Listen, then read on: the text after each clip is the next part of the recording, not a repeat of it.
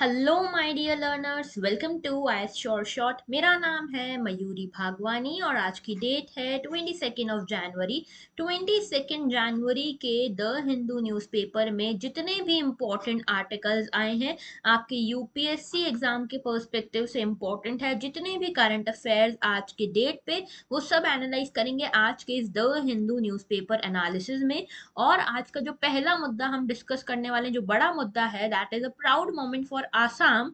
क्यों? क्योंकि आसाम के हिस्टोरिक चराई देव मदाम जो है उनको इंडिया ने नॉमिनेट किया है यूनेस्को वर्ल्ड हेरिटेज साइट में। तो यूनेस्को वर्ल्ड हेरिटेज साइट में हो सकता है आने वाले सालों में हम आसाम के इस चराई देव मैदान को भी देखें। तो बात करेंगे इसकी और कई सारे और भी मुद्दे देखेंगे, लेकिन समझना ये चीज कि सिर्फ 126 डेज बचे हैं आपकी यूपीएससी प्रीलिम्स में। ओके, तो there is a big big big alert for all of you.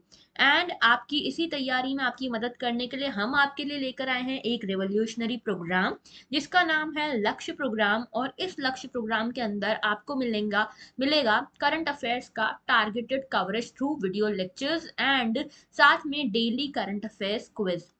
अगर ज्यादा जानना चाहते हो इसके बारे में तो यहाँ पे एक वीडियो लिंक आ रही होगी, उसको चेकआउट कर सकते हो। कमेंट सेक्शन में मैं कमेंट कर दूंगी परचेज लिंक को, उसको भी चेकआउट कर लेना। 1 फरवरी से ये बैच शुरू हो रही है, तो देखो लास्ट के कुछ दिन बचे हैं। अगर आपने एनरोल नहीं किया है प्लीज जल्दी से कर लो। ओके, बढ़ते हैं आगे। आज का पहला आर्टिकल जो कि आज की हाईलाइट भी है वो ये है। आज का जो पहला आर्टिकल है पेज नंबर 1 पे आप देखोगे, इसको पेपर 1 से लिंक करना, आर्ट एंड कल्चर से। ओके, ये मैं चेंज करना भूल गया, I am so sorry for that. हाँ जी, तो uh home burial sites to vie for UNESCO tag. UNESCO world heritage site में एक शामिल करना चाहते हैं हम एक साइट को हमारे इंडिया की जो कि बिलोंग करती है आसाम से, और इसका नाम है चराई देव मैदान। ओके, मैदान नहीं है, मैदान है। और यहाँ पे 52 ऐसी साइट्स हैं जिनमें से एक चराई देव मैदान जो है उसे हम यूनेस्को टैग दिलवाना चाहते हैं। हमारी सरकार दिलवाना चाहती है इसको, ये यूनेस्को टैग। तो हमारी सेंट्रल गवर्नमेंट जो है उन्होंने ये डिसाइड किया है आसाम के चराई देव मैदान को होम इक्विवेलेंट कहा जाता है इनको। बेसिकली आपने देखा होगा ना इजिप्ट के जो पिरामिड्स हैं, है ना, इजिप्ट के पिरामिड्स आप लोगों ने सुने होंगे। इस पिरामिड्स की कहानी क्या है कि ये पिरामिड्स में बेसिकली जो इस टाइम के इजिप्ट के राजा महाराजा हुआ करते थे उनको मम्मी बना के प्रिजर्व करके पिरामिड्स में रखा जाता है ना, आफ्टर देयर डेथ। तो वैसे ही अहोम किंगडम जो था, आसाम का अहोम किंगडम था, इधर के जो राजा महाराजा थे, रानियां महारानियां थी, उनको प्रिजर्व किया जाता था इन चराई दियो जैसे मैदान में। ओके, तो इन्हीं को a home equivalent of ancient Egypt pyramids भी कहा जाता है, और इसी को UNESCO world heritage site status दिलवाना चाहती है हमारी सेंट्रल गवर्नमेंट। और एक अच्छी बात ये बताऊं, अच्छी बात तो नहीं, एक अपॉर्चुनिटी वाली बात ये है कि आसाम में आज तक कोई कल्चरल हेरिटेज वाली वर्ल्ड हेरिटेज साइट नहीं है यूनेस्को की। ठीक है, नेचुरल है लेकिन कल्चरल नहीं है। तो समझना इस चीज को कि यहाँ पे अगर ये वाली साइट को यूनेस्को वर्ल्ड हेरिटेज साइट का दर्जा मिल जाता है तो कल्चरल साइट भी यहाँ पे आ जाएगी, which would not just be a proud moment for Assam but for all India also. Okay, अच्छा, अहोम रूल की बात कर रहे हैं। अहोम किंगडम जो था यहाँ पे 600 ईयर्स तक चला। ठीक है, लाइक 1826 में 1826 में ब्रिटिशर्स ने जब यहाँ पे अक्वायर कर लिया ये अहोम किंगडम को, उस टाइम पे ये अहोम रूल खत्म हुआ। उससे पहले 600 साल तक यहाँ पे इस डायनेस्टी का रूल चला था। चराई दियो जो था ये गुवाहाटी से 400 किलोमीटर दूर है। ओके, और ये पहला कैपिटल था अहोम डायनेस्टी का जिसको फाउंड किया था चाओ लुंग सियू का फा ने। ठीक है, 1253 में। तो याद रखना अहोम किंगडम बहुत इंपॉर्टेंट है, नॉर्थ ईस्ट से रिलेटेड न्यूज है, और नॉर्थ ईस्ट से रिलेटेड न्यूज जनरली यूपीएससी के लिए ज्यादा इंपॉर्टेंट हो जाती है। ओके, तो नाम याद रखना, अहोम किंगडम के फाउंडर का नाम क्या है, चाओ लुंग सियू का फा। और 1853 में, सॉरी 1253 में इन्होंने फाउंड किया था अहोम किंगडम। 600 साल तक इन्होंने रूल किया अहोम डायनेस्टी ने यहाँ पे, और 1826 में ब्रिटिशर्स ने इसको अक्वायर कर लिया। वैसे अगर आप ये मैदान की बात करोगे ना तो 386 मैदान है, लेकिन सारे के सारे प्रोटेक्टेड नहीं है, काफी कम प्रोटेक्टेड है, और उन्हीं में एक है चराई दियो मैदान। ठीक है, और इसी में ये माना जाता है कि मॉर्टल रिमेन है अहोम रॉयल्टी के। ठीक है, तो इसकी बात करेंगे, पूरी बात कर लेते हैं। देखो सबसे पहले तो ये जो राजा देख रहे हो, ये जो राजा का पिक्चर आप देख रहे हो, ये राजा वही है जिनका मैं फाउंडर बता रही थी ना, चाओ लुंग सुकाफा। ठीक है, ये फाउंडर है इस डायनेस्टी के जिन्होंने 1229 सीई या एडी के आसपास इस अहोम डायनेस्टी का फाउंडेशन रखा था। चराई देव मैदान जो है इनको पिरामिड्स ऑफ असम भी कहा जाता है और ये ओरिजिनल कैपिटल थे अहोम किंग्स के, अहोम डायनेस्टी के। ये जो कैपिटल है अहोम किंगडम का वो बार बार चेंज किया गया, लेकिन चराई दियो जो था ये फर्स्ट कैपिटल था और ये काफी लंबे तक सिंबॉलिक सेंटर भी रहा। ठीक है, ये माना जाता है कि अहोम किंग्स एंड क्वींस का जब डेथ हो जाती थी तो इनका सैक्रेड बरियल इसी जगह पे किया जाता था और ये माना जाता था कि यहाँ पे इनके पूर्वज, इनके एंसेस्ट्रल गॉड्स वगैरह रहते हैं। तो 42 टॉम्ब्स आते हैं, मैदाम्स आते हैं। ये टॉम्ब्स को ही मैदाम्स कहते हैं ना, जो मकबरे हैं ना उन्हीं को मैदाम कह रहे हैं। तो 42 टॉम्ब हैं अहोम किंग्स के और क्वींस के, जो चराई दियो हिलॉक में प्रेजेंट है और इसीलिए इनको Ahom equivalent of pyramids of Egypt कहा जाता है। इनफैक्ट चराइदियो जो है वो रिलीजियस आप पर्सपेक्टिव से देखोगे तो भी बहुत इंपॉर्टेंट हो जाता है, क्योंकि इनके जो ट्राइबल गॉड हैं लंकुरी, जिनको शिवा का ही इनकारनेशन माना जाता है, लॉर्ड शिवा का इनकारनेशन माना जाता है लंकुरी, उन्हें भी पूजा जाता है इसी जगह पे, चराइदियो पे ही। बात कर लेते हैं अहोम किंगडम की। ओके, तो देखो जो अहोम किंगडम है, जैसे मैंने बताया आपको, ये चाओ लुंग सुकाफा ये इसके फाउंडर हैं। 13th सेंचुरी में ये अहोम किंगडम की फाउंडेशन हुआ था। ओके, और 1826 में ब्रिटिशर्स ने इस किंगडम के रीजन को अक्वायर कर लिया था। ठीक है, अगर हम अहोम्स की बात करें तो मेजरली ये ट्राइबल रूलर्स थे और इनके गॉड वगैरह भी ट्राइबल गॉड्स ही हुआ करते थे। ठीक है, फोर्स्ड लेबर यहाँ पे बहुत ज्यादा प्रेवलेंट था। ठीक है, और यहाँ पे हालांकि ये जो रूलर्स थे ये ट्राइबल थे, लेकिन इन्होंने कभी भी हिंदुइज्म को या आसामीज लैंग्वेज को रोका नहीं। ओके, इनके कुछ हिस्टोरिकल वर्क्स हैं जिसका नाम है बुरुंजीज। ठीक है, बुरुंजीज, ये बुरुंजीज जो है ये बेसिकली आसामीज लैंग्वेज में भी लिखी हुई है, अहोमीज लैंग्वेज में भी लिखी हुई है और इसमें आपको अहोम किंगडम का काफी कुछ नॉलेज मिलता है। ओके, बढ़ते हैं आगे। नेक्स्ट इशू जो है that is about tiger reserve, जिसका नाम है अमराबाद टाइगर रिजर्व। ये अमराबाद टाइगर रिजर्व जो है ये हमारे नल्ला मल्ला हिल्स पे पड़ता है और इसके बारे में आज एक आर्टिकल आया था। ये देख रहे हो, ये सांबर डियर का पिक्चर एक आया। तो यहाँ पे जो नल्ला मल्ला हिल्स में ये जो अमराबाद टाइगर रिजर्व है इसको ओपन किया जा रहा है 26 जनवरी से, इसीलिए ये न्यूज में था इको टूरिज्म के लेकर। ठीक है, इको टूरिज्म को लेकर मैं ये चेंज करना भूल गई हूँ, ये द हिंदू की न्यूज है। Okay, I am so sorry for this. हाँ जी, तो इको टूरिज्म को लेकर ये पूरा न्यूज था और देखो बेसिकली एनवायरमेंट से कनेक्ट कर सकते हो। आमराबाद टाइगर रिजर्व की यहाँ बात हो रही है। आमराबाद टाइगर रिजर्व नल्ला मल्ला हिल्स में तेलंगाना में मिलते हैं। आपका आज का जो क्वेश्चन है वो ये है कि आप जिस जरा मैप खोलिएगा, एटलस खोलिएगा और एटलस में साउथ इंडिया में आपको जितनी भी हिल्स दिखती हैं उनको नॉर्थ टू साउथ जमा के कमेंट बॉक्स में कमेंट कीजिएगा। ओके, ऑलराइट, तो नल्ला मल्ला हिल्स जो है is one of the hills from south India और इसी हिल्स में आपको अमराबाद टाइगर रिजर्व देखने को मिलता है। इसके अलावा ये जो है इंडिया का सेकंड लार्जेस्ट टाइगर रिजर्व है। सबसे लार्जेस्ट टाइगर रिजर्व कौन सा है? Nagarjuna Sagar Srisailam tiger reserve is the largest one, जो आंध्र प्रदेश तेलंगाना के बॉर्डर पे पड़ता है। और ये जो अमराबाद टाइगर रिजर्व है ना, ये चेंचू ट्राइब का मोस्ट प्रीडोमिनेंट एरिया है। ठीक है, अगर चेंचूस की बात करें तो ये एक पीवीटीजी ग्रुप है, यानी कि पर्टिकुलरली वल्नरेबल ट्राइबल ग्रुप है। ट्राइबल ग्रुप्स में भी कुछ बहुत ज्यादा कंजर्व करने की जरूरत है, प्रोटेक्शन देने की जरूरत है किसी किसी ट्राइबल ग्रुप को, तो it is one of them. और ये जो है फॉरेस्ट ड्वेलर्स हैं नल्ला मल्ला फॉरेस्ट रेंज के, ये एब ओरिजिनल ट्राइब है जो कि अभी भी ट्रेडिशनल वे ऑफ लाइफ को ही जी रही हैं, हंटिंग और गैदरिंग करके ही अपना लाइवलीहुड चलाते हैं। और इसके अलावा इनकी लैंग्वेज चेंचू लैंग्वेज है जो द्रविडियन फैमिली की ही लैंग्वेज है। तेलंगाना, आंध्र प्रदेश, कर्नाटका एंड उड़ीसा में ये पाए जाते हैं। ओके, बात करते हैं नेक्स्ट इशू की। नेक्स्ट इशू जो है ये आर्ट एंड कल्चर से रिलेटेड है और ये जो है यहाँ पे बंगाल के भरतपुर में, बंगाल के भरतपुर में जहाँ पहले एक मोनास्ट्री कॉम्प्लेक्स था वहां पे एक स्तूपा भी मिला है हमको। ठीक है, तो बेसिकली हुआ क्या है कि यहाँ पे एक रीसेंट एक्सकेवेशन हुआ भरतपुर में जो कि वेस्ट बंगाल में है और यहाँ पे एक बुद्धिस्ट मोनास्ट्री मिली है, पहले एक स्तूपा भी मिला हुआ था। ठीक है, तो ये साइट जो है इसको एक्सकेवेट 50 साल बाद किया गया है। उससे पहले 1970s में इसको एक्सकेवेट किया था, तो जब तब एक स्तूपा मिला था इनको। ठीक है, और अब जो है यहाँ पे एक मोनास्ट्री मिली है। तो आप देखोगे इसके कल्चरल सीक्वेंस देखोगे तो यहाँ पे black and red ware pottery भी आपको मिली है। Black and red ware pottery के बाद आपको यहाँ पे बुद्धिस्ट स्तूपा मिला और अब जाके यहाँ पे एक बुद्धिस्ट मोनास्ट्री भी मिली है। तो जरा लोकेशन याद रखना, भरतपुर है जो बंगाल में पड़ती है। अभी बुद्धिस्ट स्तूपा की बात करें तो देखो बुद्धिस्ट आर्किटेक्चर की ओवरऑल बात कर लेते हैं। ये जो बुद्धिस्ट आर्किटेक्चर है उसमें एक मेजर है बुद्धिस्ट स्तूपा, जो कि ऐसा माना जाता है एक ऐसा मॉन्यूमेंट है जहाँ पे जो भी सैक्रेड रिलिक्स हैं बुद्धा के और बुद्धा से रिलेटेड सेंट्स के, प्रीस्ट के, डिसाइपल्स के, वो सब सैक्रेड रिलिक्स जो है इन बुद्धिस्ट स्तूपास में रखे जाते हैं। इनके ऊपर ये एक सिलिंड्रिकल स्ट्रक्चर होता है, ऐसा अंडा जैसा यहाँ पे ऊपर बना होता है, अभी पिक्चर दिखाऊंगी। ओके, ये जो भरतपुर वाली साइट है इससे पहले 1970s में एक्सकेवेट की गई थी, जहां पे हमको red and black ware pottery मिली जो कैलकोलिथिक एज की थी।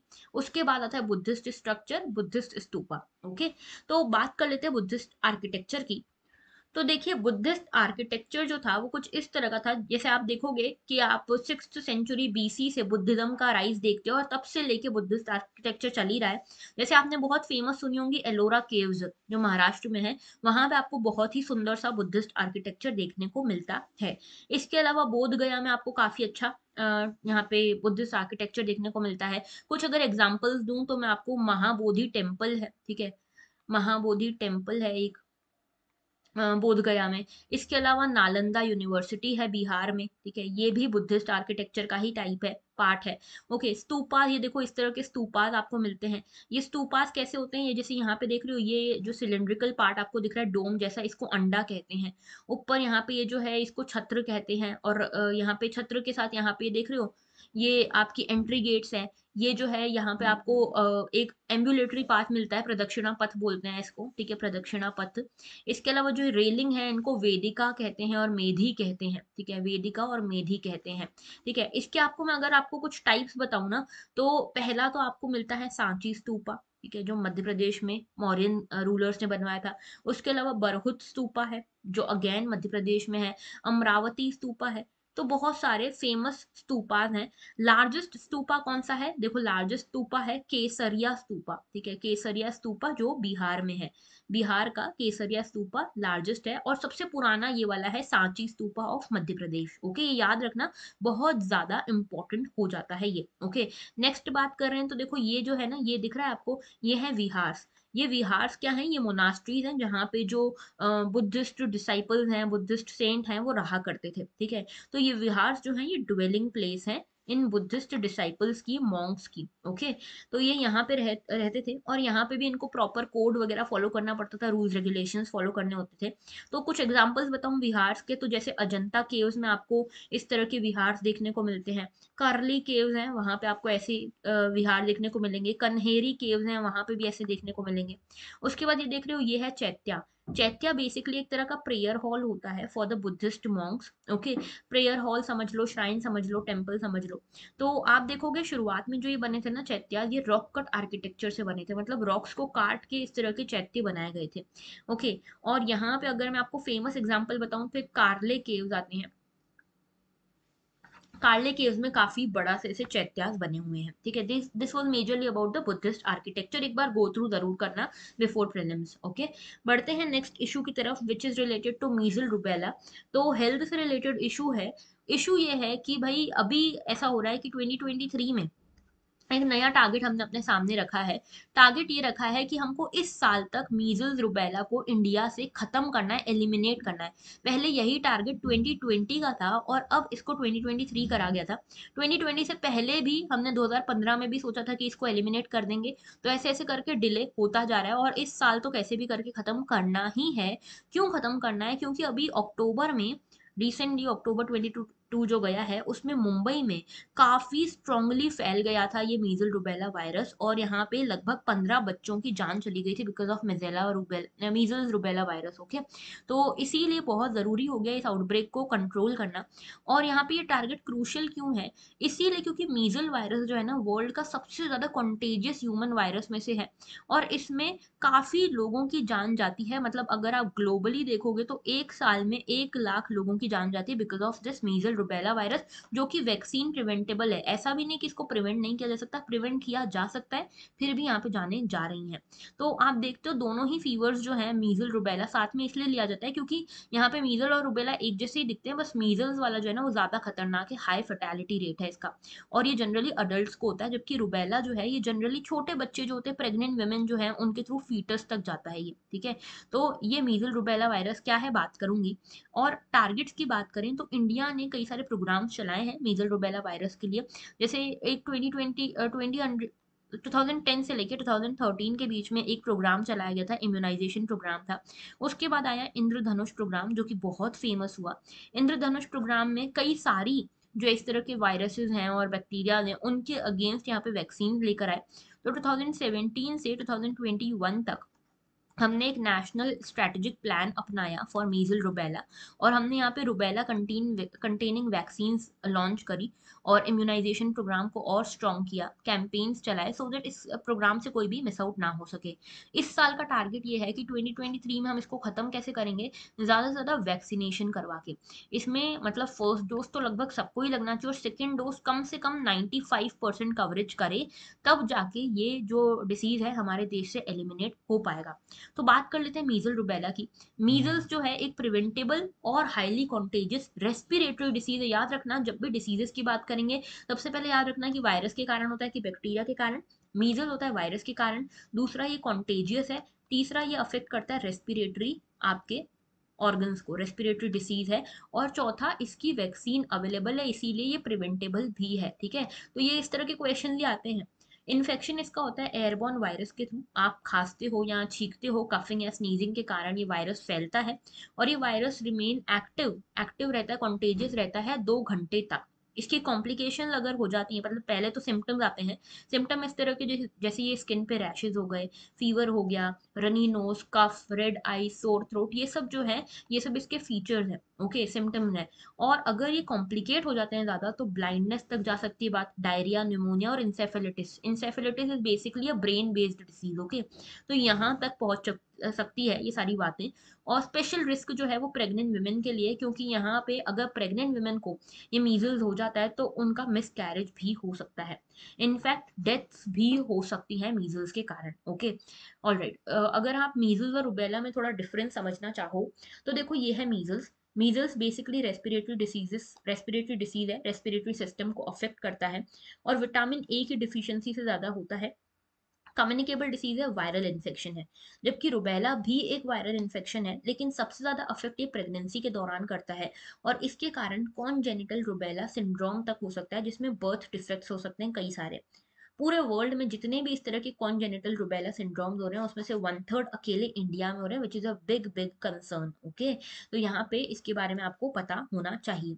नेक्स्ट एंड लास्ट इशू जो है हमारा आज का, आज ज्यादा आर्टिकल्स है नहीं, संडे है, ठीक है, और संडे को काफी रिपीटेड आर्टिकल्स आते हैं और उतने इंपॉर्टेंट आर्टिकल्स है नहीं आज, ठीक है, एकदम ही घुसा हुआ साइंस एंड टेक आया, उतना आपके लिए नहीं आएगा, ओके। तो देखो यहाँ पे द हिंदू का ही एक और आर्टिकल था अबाउट वैगनर ग्रुप। तो यूएस ने वैगनर ग्रुप को इंटरनेशनल क्रिमिनल ऑर्गेनाइजेशन का दर्जा दे दिया है। तो ये है क्या वैगनर ग्रुप? आपको पता है रशिया यूक्रेन वॉर चल रहा है। रशिया यूक्रेन वॉर में रशिया की साइड से रशिया की आर्मी तो लगी ही हुई है, लेकिन साथ में रशिया के साइड से ही एक प्राइवेट एजेंसी है जिसका नाम है वागनर ग्रुप। ये private agency private soldiers provide करती है किसी भी वॉर वगैरह के लिए। तो ये भी लगे हुए हैं रशिया यूक्रेन वॉर में, और इनके ऊपर ये आरोप लग रहा है, ये जो प्राइवेट एजेंसी है ना वैगनर ग्रुप वाली, इनके ऊपर ये आरोप लग रहा है कि ये बहुत ज्यादा सिविलियंस को भी मार रहे हैं, सिविलियंस की जान ले रहे हैं, और कई सारे हीनस क्राइम्स भी कर रहे हैं in Ukraine, in with the people of Ukraine.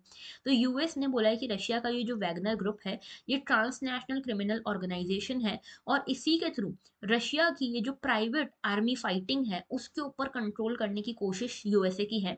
इसमें ये कहा जा रहा है कि इस वैगनर ग्रुप में 50,000 से ज़्यादा फाइटर्स हैं, और ये फाइटर्स जो हैं इसमें से 80% से ज़्यादा वो फाइटर्स हैं जो ऑलरेडी क्रिमिनल्स हैं, जिनको प्रिजन से छोड़ने के बाद ये इस वैगनर ग्रुप को इन्होंने ज्वाइन किया है। मतलब समझ सकते हो बैकग्राउंड कैसा है ना। और ये भी कहा जा रहा है कि रशिया की ये वैगनर ग्रुप को नॉर्थ कोरिया से वेपन्स मिल रहे हैं, और इसी के कारण ये यहाँ पे इतना कोहराम मचा रहे हैं यूक्रेन में। वैगनर ग्रुप की बात करें तो ये एक नेटवर्क है कॉन्ट्रैक्टर्स का जो सोल्जर सप्लाई करता है, ठीक है। मतलब प्राइवेटली आप सिक्योरिटी लेते हो ना, वैसे प्राइवेट सोल्जर्स यहाँ पे प्रोवाइड कर रहा है ये वैगनर ग्रुप। ये जो नाम है ये आता है दिमित्री उत्किन से, जो कि एक रिटायर्ड रशियन मिलिट्री ऑफिसर हैं। और बेसिकली इन्होंने ये जो वैगनर नाम रखा इस ग्रुप का, वो यहाँ पे जर्मनी के हिटलर से रिलेटेड है, ओके। और यहाँ पे ये जो ग्रुप है ये कहीं पे भी लीगल एंटिटी के फॉर्म में रजिस्टर्ड नहीं है। 2014 में ये सरफेस सबसे पहले हुआ था जब रशिया ने अटैक कर दिया था यूक्रेन के क्रीमिया के ऊपर, तब भी इसने पार्टिसिपेट किया था इस वॉर में और अब भी वापस से पार्टिसिपेट कर रहा है। ये वैगनर ग्रुप सिर्फ यूक्रेन में नहीं, इसके अलावा मिडिल ईस्ट और अफ्रीका जैसी कंट्रीज में भी दिख रहा है, और इसके अलावा Syria, Libya, Central African Republic, Mali, Sudan, Mozambique, इन एरियाज में भी ये वैगनर ग्रुप दिखा है कंटिन्यूसली। तो वैगनर ग्रुप क्या है, आई होप आपको क्लियर होगा। सो आज के लिए इतना ही था, दैट वाज ऑल। अगर आप हमसे कनेक्ट करना चाहते हो, ये सारे मीन्स है जिसके थ्रू आप कनेक्ट कर सकते हो। एक बड़ी अनाउंसमेंट आज की ये है कि आज हमारा एक लाइव क्विज होने वाला है। ये लाइव क्विज जो होगा ये होगा रात को 9:30 पे, और this will be a 20 question quiz जो कि करंट अफेयर्स बेस्ड होगा। तो सबसे ज्यादा मजा तभी आएगा जब आप इसको लाइव ज्वाइन करोगे, तभी आपको कंपटीशन फील होगा। ओके, तो ज्वाइन जरूर करना, हमारे इस टेलीग्राम ग्रुप पे ही ये लाइव क्विज कंडक्ट कराया जाएगा, I sure shot by Mayuri Bhagwani. अगर आपने इसको ज्वाइन नहीं किया है तो तुरंत ज्वाइन कर लो। ओके, एंड अगर आप यूपीएससी एग्जाम को श्योर शॉट मैनर में क्लियर करना चाहते हो तो चैनल को सब्सक्राइब करना मत भूलना, लाइक करना इस वीडियो को मत भूलना, शेयर करना एंड कॉमेंट करना मत भूलना। कॉमेंट क्या करना है आपको पता है, मैंने आपसे क्वेश्चन पूछा हुआ है ड्यूरिंग द वीडियो। ओके, तो that was all, thank you for watching and have a very good day.